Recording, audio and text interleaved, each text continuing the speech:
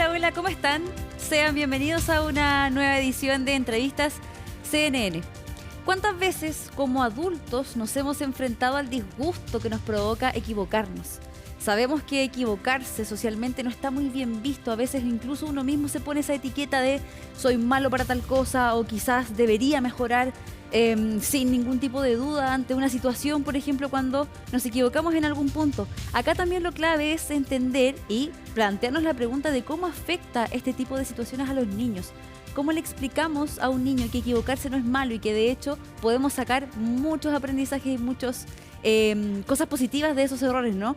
Para hablar de ese tema también y para abordar precisamente parte del contenido que tengo en mis manos, un libro llamado Tranquilo, Lilo, vamos a tomar contacto de inmediato con nuestra siguiente entrevistada. Ella es Carol Newman, autora y editora de libros para niños, académica de la Escuela de la Educación de la Universidad de los Andes y máster también en Educación de la Universidad de Columbia, quien ya podemos ver en pantalla. Carol, muchas gracias por acompañarnos en esta edición de Entrevistas CNN. Gracias a ti, Francisca, por esta invitación para conversar de un tema tan clave como tú mencionabas, que es la cultura del error. Así que muchas gracias.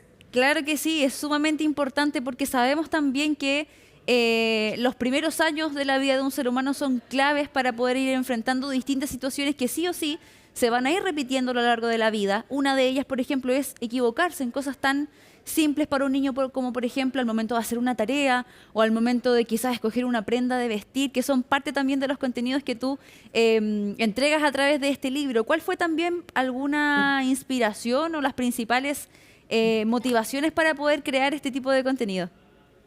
Sí, bueno, la cultura del error la entendemos como el espacio o el ambiente donde los niños y niñas se sientan seguros de cometer errores, que no van a ser juzgados, que no van a ser criticados. Y cuando se da ese ambiente, pensemos en los hogares o en la sala de clases, cuando los niños se atreven a participar y a dar una respuesta sin temor a que vayan a ser juzgados si se equivocan, ahí es cuando se construye y estamos viviendo una cultura del error. La inspiración de este libro, bueno, yo soy mamá, también soy profesora, como tú decías, de futuros profesores, de futuras educadoras de párvulo, y constantemente veo en mis hijos y también en los niños de los colegios, cuando se están formando, que algunos tienen este horror por cometer errores. Ajá. Y nosotros crecimos, los adultos que los estamos formando, crecimos en una cultura donde equivocarse era malo. O sea, Claro, pero ¿cómo tan pava? ¿Cómo me equivoqué en esto? claro que sí. No sé si te suena, o sea, yo creo que está como súper involucrado. De Y todas esto de la maneras. cultura del error se vincula con la mentalidad de crecimiento y la mentalidad fija. Estos términos los acuñó una académica de Stanford, que es Carol Dweck, y ella manifiesta que, o sea, no es que yo sea una persona con mentalidad fija o sea una persona con mentalidad de crecimiento, pero en ciertos elementos de la vida yo siento que soy malo, por ejemplo, para matemáticas o soy malo para los deportes. Eso refleja una mentalidad fija. Soy así y no voy a cambiar. Versus una mentalidad de crecimiento que muestra con esfuerzo y práctica se logran las metas, y para eso los errores son tan importantes. Ajá. Entonces, la inspiración de este libro viene un poco por lo que me veo yo con mis hijos, que se frustran muchísimo cuando se equivocan, cuando fallan en algo, quieren abandonar, no, ya no quiero más, prefieren abandonar el Exacto. desafío y perder quizás la experiencia de aprender algo nuevo porque no quieren ser juzgados como que son malos o no son lo suficientemente buenos o hay mucha autoexigencia detrás. Así que por Carol, ahí vino la inspiración del libro. Cuéntame, de todas Francisca. maneras, ¿cuál es la importancia también de ir poniendo sobre la mesa a edades tempranas este tipo de temas? Porque ya lo decía al inicio, los primeros años de la vida de un ser humano son claves para desarrollar ciertos tipos también de formas de respuesta, de comportamientos también que pueden llegar incluso a la vida adulta. Por ejemplo, cuando un adulto quizás en un trabajo, en su vida diaria, comete algún error, también entendiendo que vivimos cada vez en una cultura y en un mundo que va cada vez más rápido, en esta cultura también de la inmediatez, que da también mucho espacio para equivocarse. ¿Cómo también influye poder poner estos temas sobre la mesa cuando los niños son pequeños o cuando también ahí quizás se puede moldear de cierta manera la respuesta que ellos puedan tener en el futuro? Sí, me encanta tu pregunta porque efectivamente cuando los niños son chiquititos todavía existe, no han desarrollado completamente la corteza frontal del cerebro, que es la parte en el fondo, el control de mando. Entonces cuando se está desarrollando y nosotros incentivamos en ellos una cultura del error desde que son pequeños, este cerebro se va a empezar a setear con que equivocarse es un camino más para aprender. ¿Ya? Entonces, ¿qué podemos hacer como padres o como educadores para formar una cultura del error desde que son chiquititos? Primero, tratar de uno, al final es uno el ejemplo y es el modelo de ellos. Entonces, tratar de evitar comentarios, pero ¿cómo soy tan pavo que me equivoqué en esto? O normalizar el error de una manera como por ejemplo a través del humor. En una parte del libro, acá el papá de Lilo se equivoca, y le echa, está cocinando y le echa al estofado azúcar en vez de sal. Y en vez de frustrarse, enojarse, se lo toma con humor, se mueren de la risa y luego resuelven. ¿Qué vamos a hacer? Bueno, comamos tallarines. ¿A quién no le ha pasado que la solución es ya, vayamos por los tallarines? Entonces, yo creo que lo primero es como que ellos vean en nosotros que los adultos también nos equivocamos, nos vamos a equivocar en cosas tan simples como quizás al cocinar echar azúcar en vez de sal, pero también vamos a cometer otros tipos de errores, quizás a veces también en la crianza uno colapsa, también de repente grita y pedir perdón y decirle, ¿sabes qué? Me equivoqué, no debía haberte gritado de esa manera. Y ellos van entendiendo de a poquito que la mamá, el papá, el profesor, la profesora también se equivocan.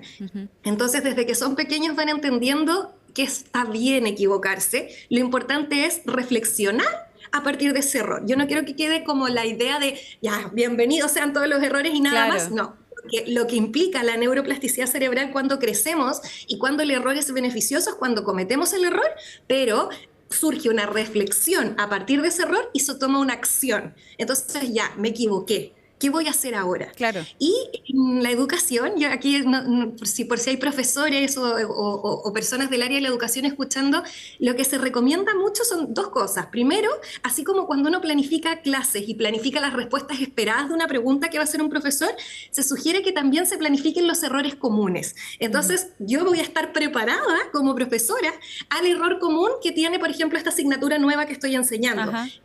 Porque ocurre todos los años, porque los niños de segundo básico siempre se equivocan en esto al multiplicar. Claro. Entonces yo ya me adelanto al error y tengo una respuesta al error. Entonces lo primero es planificar los errores comunes para saber abordarlos. Y lo otro también se sugiere, mira lo curioso, como fingir ignorancia.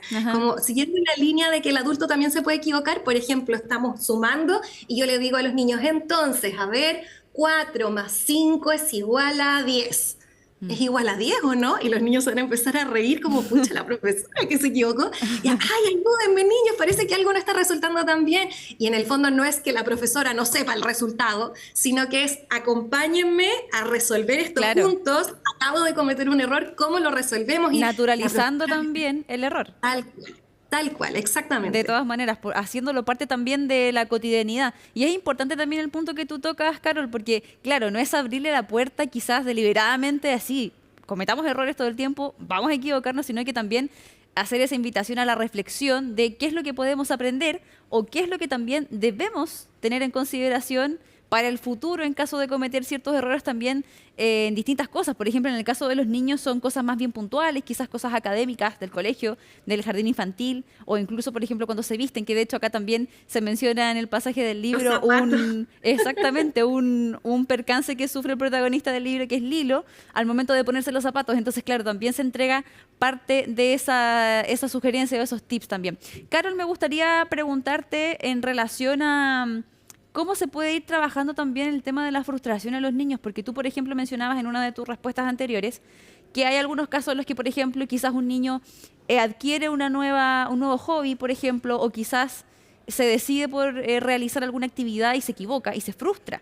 Y la solución, por ejemplo, ahí es, en el caso del niño, quizás muy apresuradamente, en su mente de niño, es dejar de hacerlo, dejar de intentarlo porque soy malo para esto. Pero ¿cómo se trabaja también la frustración? Tú ya lo decías, por ejemplo, en el caso de los educadores puede ser también directamente desde el ejemplo, pero en el caso de la casa, ¿cómo también se puede trabajar el tema de la frustración? Porque genera rabia, los niños también lo gestionan de una manera diferente. ¿Cómo se da también esa situación? Sí, mira, tú lo decías dentro de tu formulación de pregunta, diste la clave, Francisca, en una respuesta súper importante que se vincula con la mentalidad fija. Se recomienda que cuando los niños digan soy malo o no sirvo para esto, tú les recuerdes algún momento, alguna anécdota, alguna experiencia, actividad del pasado donde ellos hayan sentido que son malos para algo, pero lo pudieron superar. Y te voy a contar aquí una experiencia personal A con ver. mi hija cuando entró a prekinder. Bueno, la Maite entró a prekinder y piensa que fue niña pandemia, no tuvo jardín infantil, es de enero, entonces tuvo como un año entero de desfase con sus compañeros de curso que le llevaban un año. Y entró a prekinder y se dio cuenta que ella, esto decía ella, ¿ya? No, no es que yo lo crea, ella decía que era mala para recortar.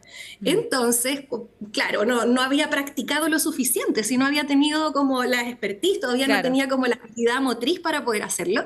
Y nos tocó con mi marido la entrevista de apoderados y la Maite le dijimos, vamos a ir a la entrevista. Y nos dice, la Miss te va a decir que soy mala para recortar. O sea, así de mentalidad fija, porque me equivoco, porque no me sale bien y porque me comparo con otros. Ujú. Ya los niños se empiezan a comparar con sus compañeros o con sus hermanos, en el caso del hogar. Entonces fuimos y efectivamente la profesora nos dice, me preocupa que ella diga que es mala para recortar. Y era tan viva que le decía a los compañeros, recórtame tú y yo te doy mi corazón. Imagínate. Entonces, si ella no practicaba y evitaba hacerlo, no se exponía a Mm. recortar y otros lo hacían por ella, ¿cómo iba a mejorar? Claro. Entonces se genera este círculo de no practico, no mejoro, sigo sintiendo que soy malo, mejor que lo haga otra E persona. Entonces, inconscientemente también reforzaba en el fondo lo contrario a la cultura del error. Ni siquiera quería equivocarse o mostrar que quizás no, no tenía tanta habilidad solamente para no ser tal juzgada cual. quizás. Y por compararse, como ella se sentía menos, soy mala para esto, porque yo cuando recorto me sale todo chueco. Entonces empezamos a trabajar junto con el colegio desde cómo se toma y manipula la tijera. Primero cortemos las esquinas de una hoja, Mm. ahora vamos por la silueta. Y lo que se sugiere es guardar, ojalá dentro de lo posible, evidencia del progreso. Entonces cuando ella avanzaba, les mostrábamos, mira, así recortabas hace 3 semanas atrás, ¿te das cuenta cómo lo estás haciendo ahora? Claro. Y ahora, por ejemplo, ya superamos el recortar y ahora tiene como la idea de que ella es mala para andar en bicicleta, Mm. no quiere sacarle las rueditas chiquititas a la bicicleta. Entonces ahí es cuando uno recuerda, ¿te acuerdas cuando decías que eras mala para recortar? ¿Qué Claro. pasó? Practicamos varias veces. Esto no es que vas a aprender a andar en bicicleta sin rueditas solo, sin magia. Me subo y Ajá. ando. Entonces hay que practicar, hay que pegarse porrazos, el caerse es equivocarse. Pero voy a estar apoyándote, voy a estar a tu lado, te voy a acompañar y no te voy a dejar solo. Claro. Ese es el mensaje que se sugiere a las familias al momento de acompañar a los niños cuando sienten que son malos y evitan ciertas situaciones. De todas maneras, además es importante también eso porque sin duda es un aprendizaje para el futuro. Sabemos que también estamos hablando de niños que en el futuro van a ser las personas encargadas de tomar decisiones en distintos aspectos, a veces en el ámbito social, también en sus vidas personales, obviamente que va a influir de todas maneras, así que muy importante también este insumo que permite también tanto a padres como a educadores poder acercar la cultura del error a los niños. Carol Newman, autora y editora de libros para niños, académica de la Escuela de la Educación de la Universidad de los Andes, muchas gracias por esta conversación y esta entrevista acá en CNN. No, gracias a ustedes. Los invito a que sigan mi Instagram, es Carol Autora, todo junto, porque voy subiendo hartos tips y consejos tanto de fomento lector como de mentalidad de crecimiento. Y mi editorial, también les dejo el dato, es Minilupa, la página web es minilupa.cl. Y además del hilo tenemos este libro que se llama Roberto el Robot Perfecto, que también toca el tema de los errores. Ajá. Acá Roberto no quiere equivocarse, quiere que todo le salga perfecto porque es una máquina, pero en realidad se reprime al no equivocarse nunca, tornilla, tornilla, tornilla, y hay mucha autoexigencia para él. Y finalmente comprende que todos nos podemos equivocar y es un muy buen recurso para utilizar también en las salas de clases o en las casas con los niños. De todas maneras, muchas gracias, Carol. Gracias a ustedes. Muy relevante entonces también el mensaje que hay detrás de este libro y también de la otra edición que comentaba nuestra entrevistada, la importancia de poder acercar a los niños al error, de poder también ayudarlos a trabajar sus frustraciones. Sabemos que también son puntos clave para el desarrollo a lo largo de la vida. Dejamos hasta acá esta edición de Entrevistas CNN y por supuesto los dejamos invitados a que se mantengan en la sintonía de nuestro canal. Ya viene más información y más contenidos también. Y nosotros nos volvemos a reencontrar en una próxima oportunidad con más conversaciones. Chao.